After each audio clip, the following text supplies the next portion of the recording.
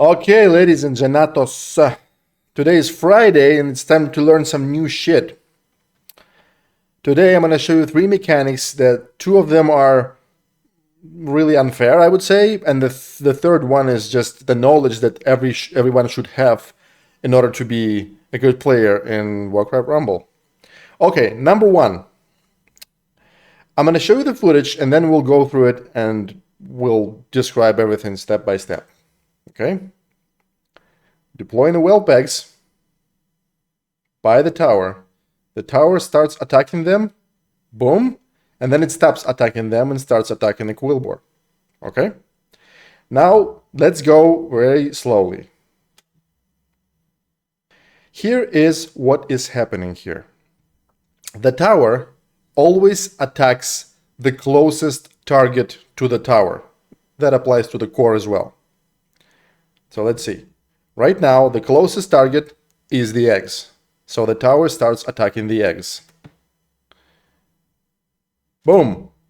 The eggs now are destroyed, and the whelp drakes pop up. It turns out that whelp drakes have nothing to do with the eggs. They are completely different minis.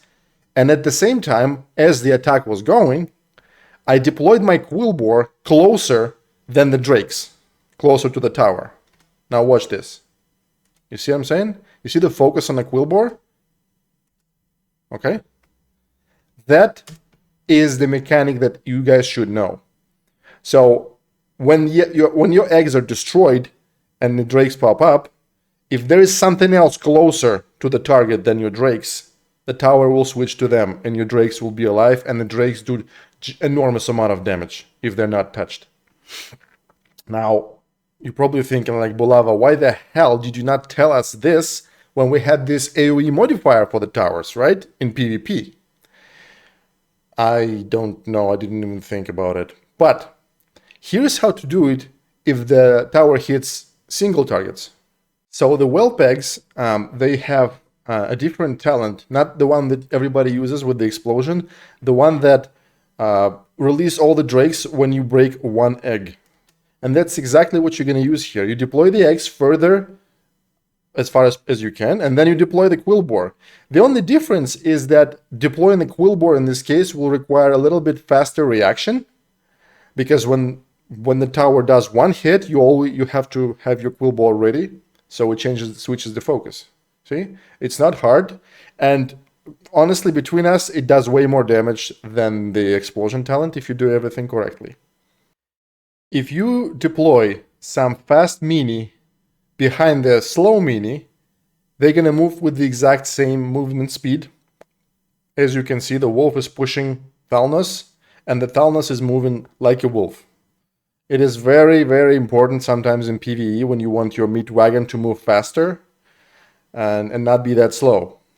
Now, it works both ways. So if you want everything to be behind the tank, you deploy some slow tank, like the Abomination, for example, and then you deploy fast things behind the tank. That way, everything is going to move very, very slow, like the tank, and the range DPS is not going to run further and die like an idiot.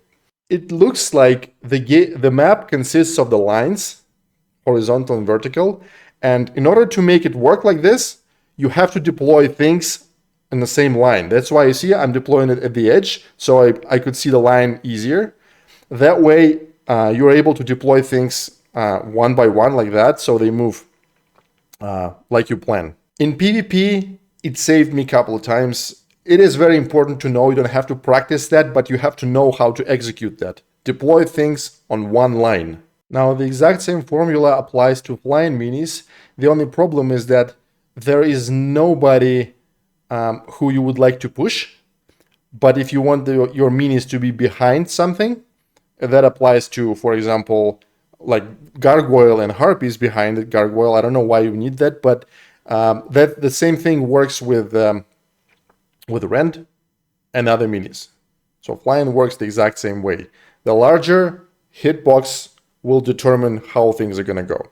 And the last thing, probably the most important thing in this video, is how to make the enemy's DPS stop attacking your core and switch to your mini.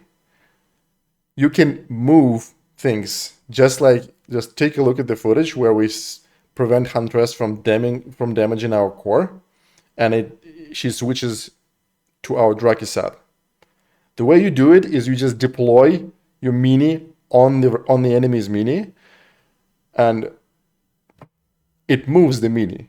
So you have to practice it a couple of times, but after 2 or 3 attempts, you'll learn exactly how to do it, and you will be able to save your ass. Like, that saved me million times in PvP. Just literally, I don't know if it's fair, but it works perfectly. However, some melee, like your Baron Raven here, for example, they are considered melee, but even if you move them, they can still reach the core. I don't understand why. But the Huntress here is moved by a little dinosaur, switches the focus easily. That's all.